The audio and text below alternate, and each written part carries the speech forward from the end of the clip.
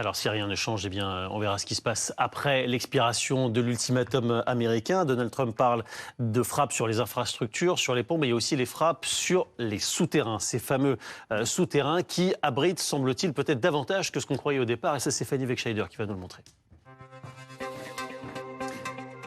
Et oui, parce que Fanny, on se rend compte que ce sont en réalité des petites villes qui ont été construites sous terre par les Iraniens. Oui, ce sont leurs surnoms d'ailleurs, c'est villes souterraines, des centaines de kilomètres de tunnels reliés entre eux sous la surface de la terre en Iran. Vous voyez, elles sont majoritairement localisées dans le nord et dans l'ouest du pays.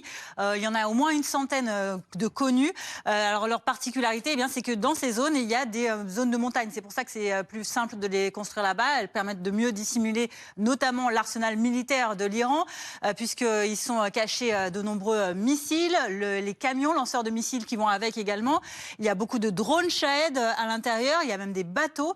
Et puis aussi, ce sont des véritables lieux de vie, des bunkers qui peuvent notamment abriter certains dirigeants du régime iranien.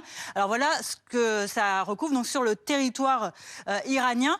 Certains de ces sites ont déjà été frappés par les États-Unis ou encore Israël, notamment dernièrement début mars, Tabriz ou encore Kermanshah. Vous voyez les autres sites également plus au sud du pays. Donc là, déjà des attaques.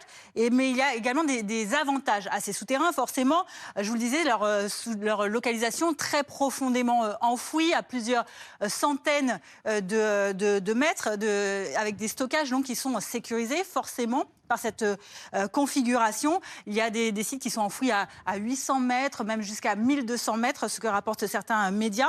Ce sont également des sites de lancement de missiles, c'est-à-dire que les missiles peuvent être emmenés au bout du tunnel, au niveau de l'entrée, pour être tirés donc, depuis ces lanceurs, ou encore au-dessus de ces voûtes, creuser des trous, des silos qui permettent de tirer directement les missiles en direction du sol. Donc voilà ce double avantage. En tout cas, ces sites ils sont connus par Israël et par les États-Unis, qui les traquent depuis plusieurs années maintenant.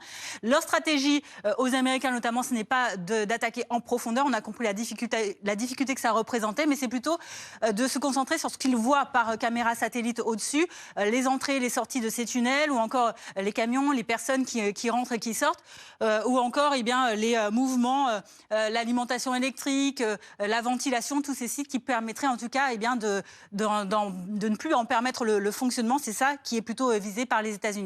Merci beaucoup Fanny.